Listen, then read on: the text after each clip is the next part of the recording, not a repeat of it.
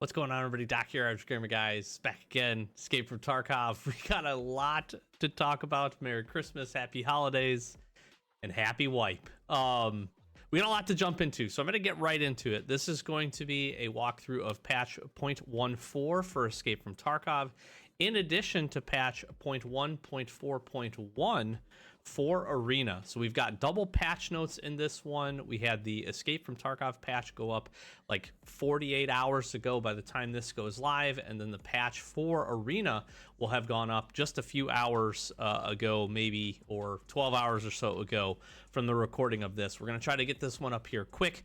I was out of town for the wipe, which I am super glad I was for the first day. I'll talk about that in a little bit, but I want to pop these up. Let's just get to them here, and we'll talk about them. I'm going to get out of the way so that we can do that. And here's what we got going on. So I am seeing a ton of feedback from all different sides. The wipe was obviously really rough in terms of servers, getting people in, downloading it.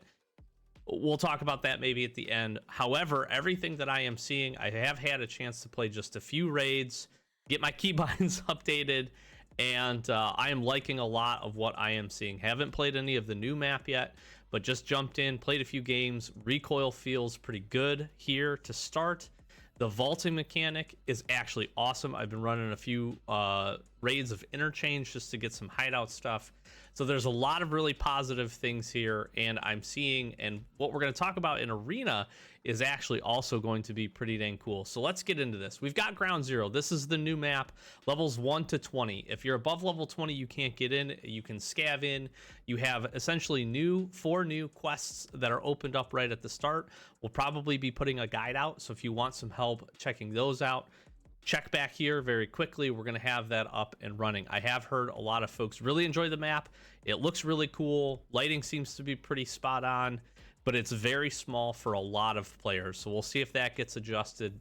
But that's the basis here. I'm also hearing that the loot on the location is pretty solid. It's a lot of like hideout type items and things that you need early on, which is a really good thing to do, right? I don't think there's going to be a ton of really high value stuff, but there's going to be a lot of stuff that you need access to. And I've always talked about getting your hideout up and running quickly at the start of a wipe is really good. So that's pretty cool. They showed off, and I may pop up a picture of the new boss. This guy is on streets. He's got a police baton and he's got some guards. This is going to be an interesting one. This is pretty cool. Kaban has some new guards. These guys are brothers or whatever, by the way. I don't know. They're friends. I don't know what they are. Anyways, Kaban's got some new guards. Two of them, Basmak and Gus. I have not seen a whole ton about these guys, but it is kind of cool that Kaban is getting some special guards, if you will, and that could be interesting. We'll see what their Ragman place dress up and what they're looking like ends up being, but we'll jump into that. Shoreline. I'm not going to talk a whole lot about this. I'm going to also do a Shoreline walkthrough. I am super excited about this, but Shoreline got totally reworked. A bunch of visuals, light sources, optimized location. There's new borders. Some of the fences are gone. There's minefields and snipers now, which is going to be a little rough if you're not familiar or don't play Shoreline a lot. Just look out for the markers, but we're going to walk through this. There's new points of interest, quests. There's a whole bunch of new containers and stashes. Just cool stuff. I have seen some exit locations as well. Looks like the Red Rebel extract is back, which is also super neat. So I'm really looking forward to this, but I'm going to do a whole nother separate video on this, just walking through it. We've got some new weapons, equipment, and loot. The KBP-9, you got the compact assault rifle and the rifle version. You got the SIG MCX spear. I have one of these, not the Fury rounds, but a 5.56 version in real life. This gun is amazing, and I literally cannot wait to get my hands on it. I'm literally going to grind whatever I need to do to be able to use this thing. So excited about that. You've got the RPD and the RPDN. You've got new models and animations for the SKS. They look a little different. They actually look really clean. I like them. I've seen one of the new OP SKSs in Raid, and it's pretty cool. I haven't checked out any of the animations for it, but at least the model for it looks pretty good. You've got an achievement system. This is cool. There's some hidden achievements. This is the stuff they talked about where Essentially, it's just going to be persistent through wipes. For right now, it's mostly just extracts, kills, do a few other things. Not sure what all the hidden achievements are, but you're going to start earning these just by playing. So don't worry too much about that. And that's some cool stuff. You'll see them pop up in the bottom right-hand corner, just like you would if you end up doing any of your quest progression as well. But they have a special little badge and marker. They're pretty neat. You've got a Hall of Fame. It's a new hideout zone. Basically, you can display things, dog tags, some other cool stuff. There's a whole bunch of Funko Pop type figures in the game now, so I'm not sure. I think you're going to be able to add some of these items to that, which is pretty cool. Obviously, one of the biggest things is hitbox and armor system. Hitboxes, basically everything is now divided.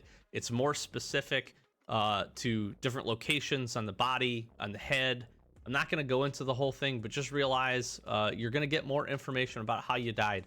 I died to a left armpit thorax magnum buckshot today playing a raid from a scav, and so yeah, lots of different hit zones, which is cool. You do get some updated death screen information, so this part right here is actually pretty important. It's kind of neat.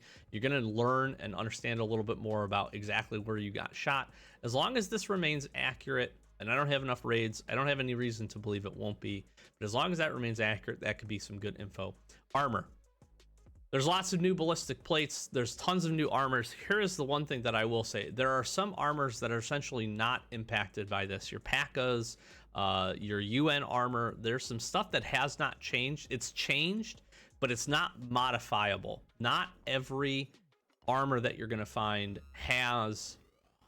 Every armor you're going to find has plates in it. Not every armor you find has interchangeable plates or plates that can be moved, pulled in, and pulled out. So don't get... This is really cool, but also don't worry too much, at least at the start. I don't think you're going to have to worry about this a ton until you start getting into some of the upper tiers of armor. Now, the cool part is you can find plates. There is some barter available, I think, from Ragman or somebody at the very beginning, and we'll get access to those as we get there. There's separate ballistic plate zones. Again, there's essentially soft armor, if you will, built into the actual plate carrier, and then there's the plates just like it would be in real life, and that is pretty cool. So this talks a whole lot about that. Ballistic zones, integrated armor slots. The same thing applies to helmets, where there's different helmet locations and armors specific to the new zones for which you can be shot. A whole bunch of balancing has been done, so everything that if you've played before, everything you knew about armor durability and value, just throw that out the window, because I picked up an armor today that had 300 armor points in it. So just keep that in mind. Repairs, you can repair body armor, and durability is distributed according to the following priorities. Goes to the plates first, then the integrated armor. So that is important to note, that you could swap in new plates, but it might be smart to pull the plates out, repair the armor, so it goes to the integrated armor, which you cannot change, and then maybe drop in new plates or do something there. So some testing will have to be done to figure out what we should do in these perspectives, but just keep that in mind. There's a whole bunch of different stuff. And you can now have armor to receive common and rare enhancements, just like the guns. Imagine you'll have to get light and or heavy armor up to a certain level. I think it's 10, at least it was 10 last wipe, in order to get the enhancements. You might have to do the same there. Don't quote me on that, but that's just a hunch and a guess. Interface, you can now see durability of armor zones, ballistic plates. You can hover over a whole bunch of stuff. The information we're now getting in the game is much, much better. I do want to say that. That's important to note. This part is pretty cool, so I'm excited about that. Flea market and trading. Flea market ban has been removed from a large number of body armors, so you're going to be able to pick up a whole bunch of stuff. Ballistic plates above class basically 5 and 6 can't be sold in flea market. I like that. I think that's pretty good. That's a nice balance. If you find that stuff, it's going to be super valuable to get it out, but that's pretty cool. And then ballistic plates have been added to the inventory of various traders. Not a whole ton at the beginning here, but I imagine as you get to level 2, level 3, you'll have that. Vaulting and obstacle interaction. This is great. It's very smooth from what I've used. I would recommend actually trying there. It's going to take a little bit of time to get used to the jump mechanic, I think, but I feel like you're not going to be using jump a whole lot anymore, which is good. Handful of raids that I did, this felt pretty clean. The vaulting animations is great, especially for even like low objects. Again, I played some interchange, just getting over like the little fence barriers as you're running up to the mall. Super easy, super clean now. very much like this. And again, it's not a huge stamina drain either from what I've seen. Obviously, I haven't been climbing a whole bunch of stuff at this point, but I like it. It's really good. So give it a try. The one thing that kind of does suck is your keybinds did get reset. There's some new stuff too. So this makes sense why they did this. I might go over a keybind guide as well. Let me know in the comments if you find that interesting. I have what I feel like is some pretty decent keybinds that are easy to kind of move and perform these new actions. So let me know if you'd like that down in the comments. Shoulder transition. This is really cool. This is actually really cool. This got patched right before I recorded this, just for some camera positioning type things.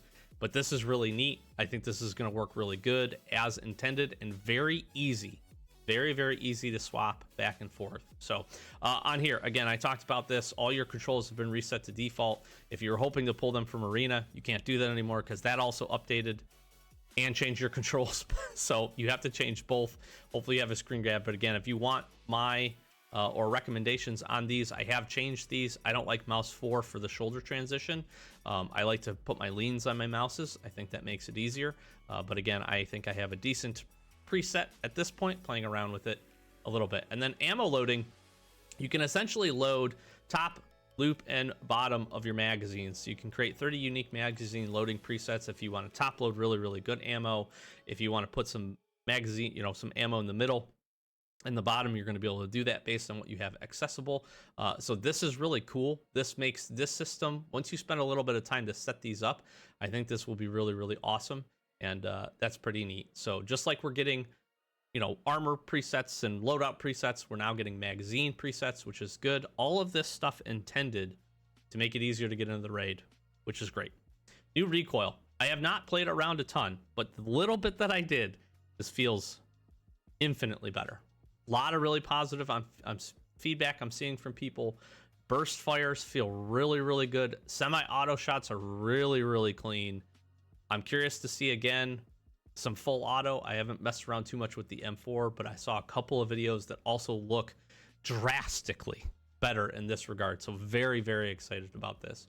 You've got Lightkeeper services, Amulet, Rogue support, Zerachi support. Essentially, you can pay for this stuff once you have access to him. And very much like the BTR that we have, these things are all going to do something. Sacred Amulet means that you can't basically be, attacked by cultists.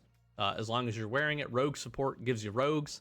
They'll provide some, some firing support. You can also basically not be attacked by these. What I'm curious to see is if you pay for this, which you're going to have to go into the camp, you're going to have to go into the water treatment facility. But I'm curious to see if you pay for this, if you could just walk into the water treatment plant, essentially and have no one attack you.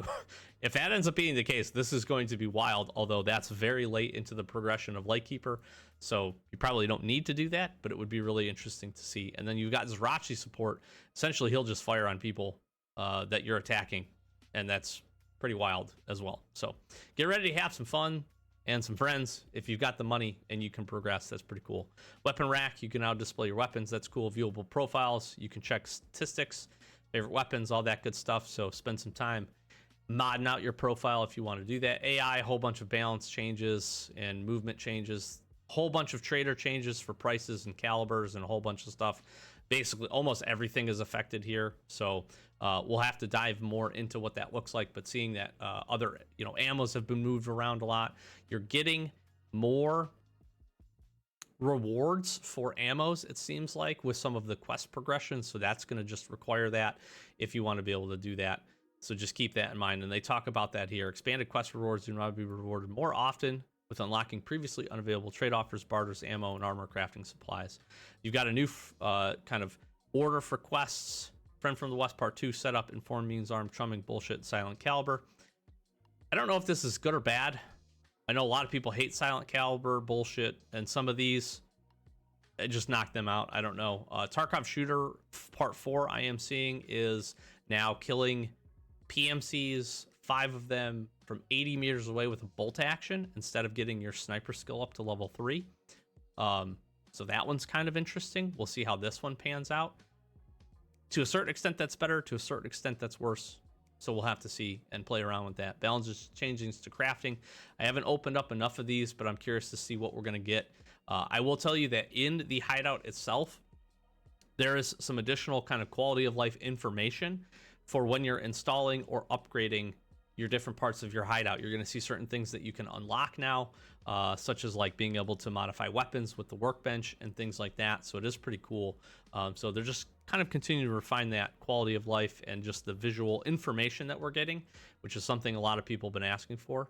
So we're moving moving forward in some right ways, which is good. Balancing changes to ammo. There's a lot. Balancing changes to muzzle devices. Now you're gonna have to reset your essentially your meta builds, which I don't actually mind. I think this is kind of cool when they mix some stuff up, and hopefully there's a little bit more parity. You've got the BTR. I've seen this. It is amazing. The animation is so sick. You need to have the money on your player in order to use this, just like you would for using one of the paid extracts. So do keep that in mind. But if you're headed into streets and you want to use this, make sure you've got some cash in your secure container.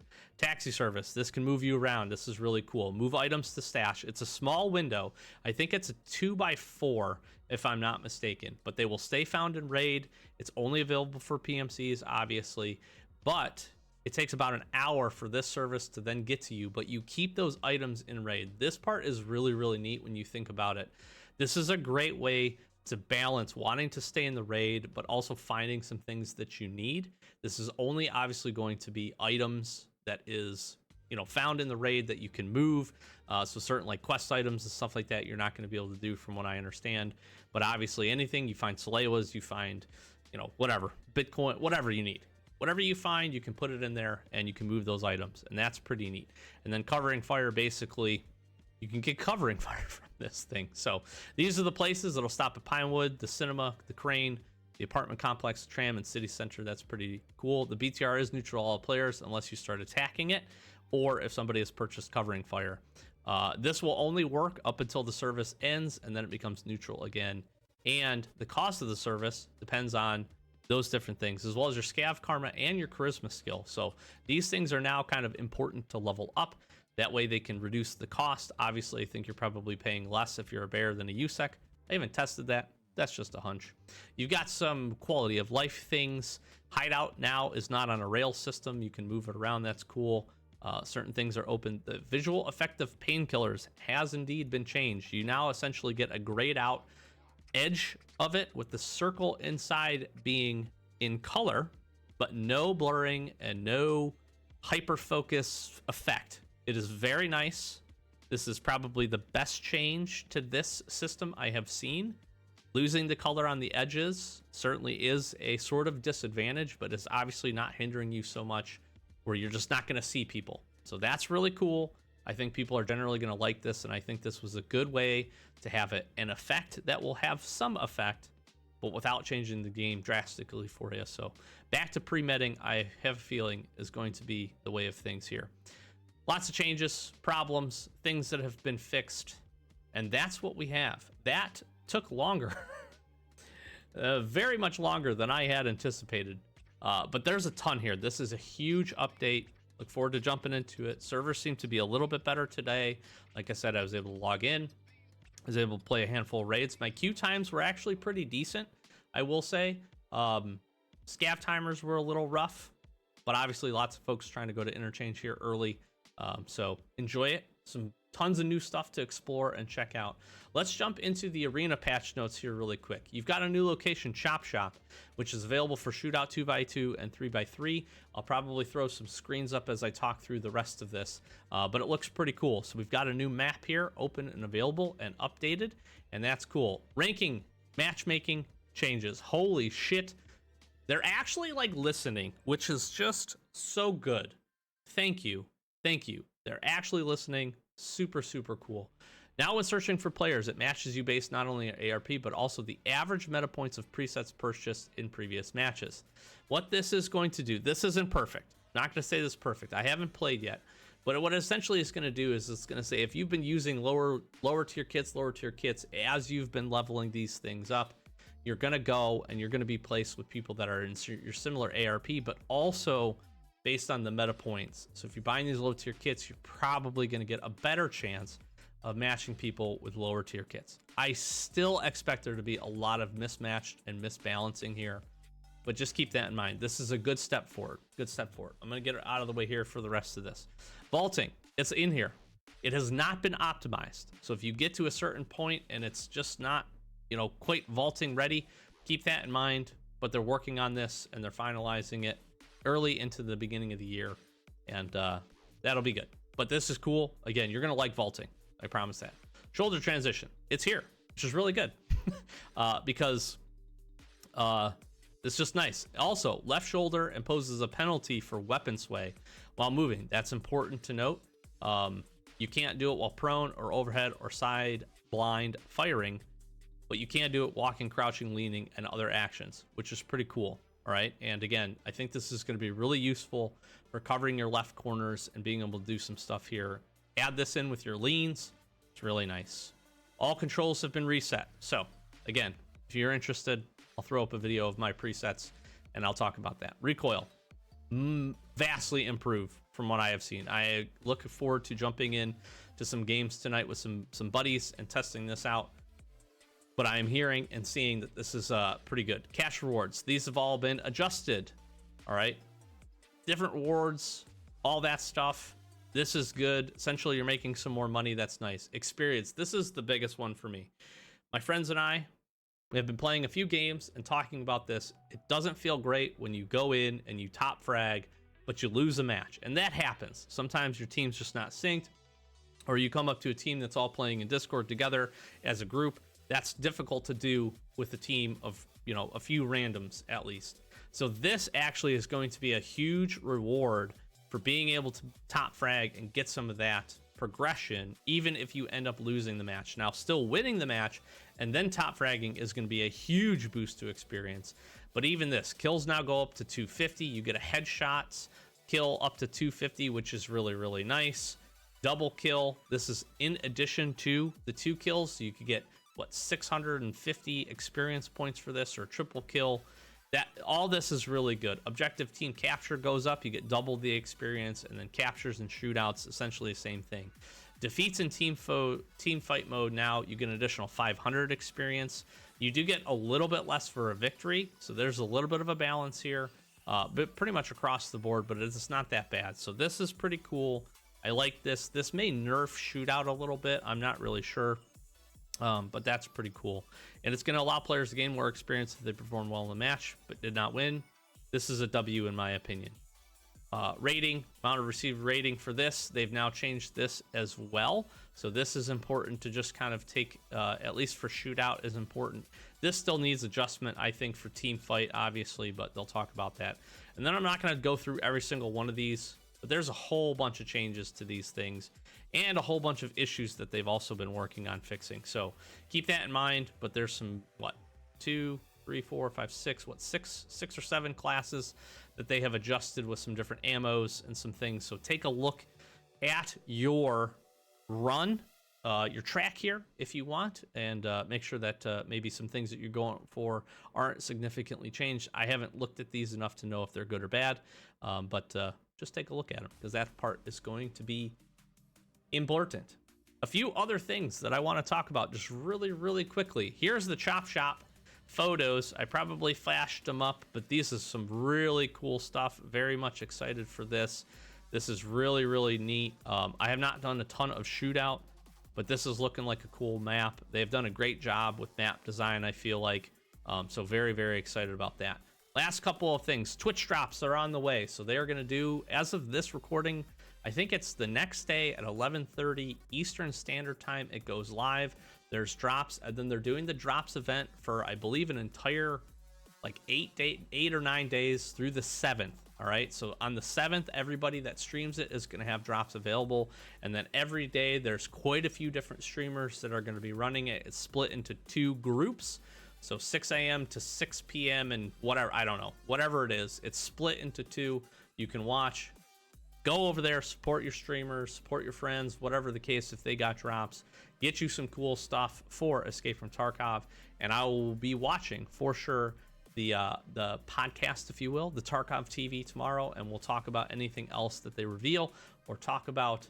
as they jump into it. Obviously, it's going to be a spam mess of let me into arena and your servers suck, which I expect. But again, today has balanced out. So without extending this too long, what I do want to just finish with and talk about, and I'm going to swap back over here, is that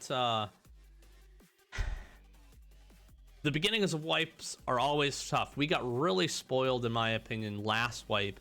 Last wipe's change and update went so smoothly. So smoothly. I've been here for quite a few of these now at this point, and I will tell you that last wipes was definitely the smoothest, and I think that has certainly... that was a good building block. That was a positive step forward, because these changes, all of these comments are not here to defend BSG. This is just not uncommon for what we deal with in a wipe. That part is very unfortunate.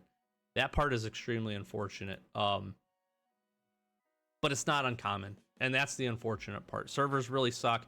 The downloads have been terrible. They do a ton of additional updates over the course, and probably will be for the next week or so.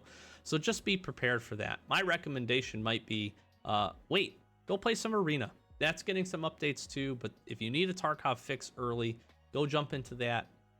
If you're experiencing long queue times, it's going to take some time, unfortunately. It feels like with this patch, although again, today I've had a pretty good experience playing, so keep that in mind.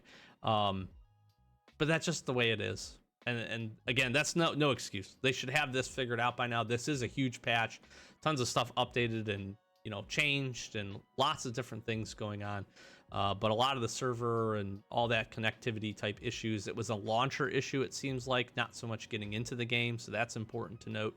Seems like some of that has been resolved, but just anticipate if you log on to play some Tarkov, you might be waiting a little bit.